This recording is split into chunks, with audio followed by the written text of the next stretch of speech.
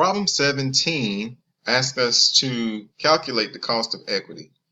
To calculate the cost of equity, we can use our cost of equity formula. So we're given all of the data that we need in order to calculate cost of equity. So this is the formula that we're going to use.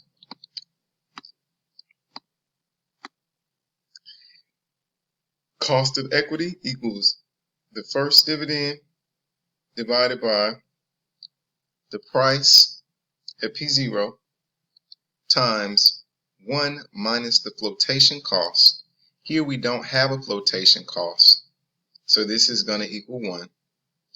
This whole thing, we're going to add to it the growth rate, the constant growth rate. So we'll start to input everything that we need to calculate cost of equity. Our first dividend is 1.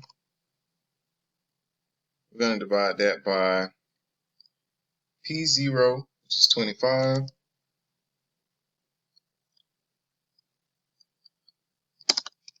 This is going to be times 1 minus the flotation cost.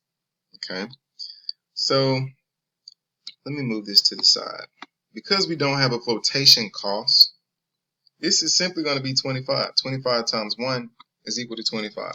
Okay, so once we divide these two,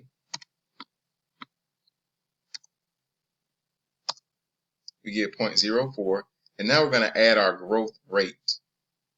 Our growth rate, constant growth rate, is 6%. Okay, so our growth rate is 0.06. So if we add 0.06 and 0.04, we get 0.1, and if we turn this into a percentage, we get 10%.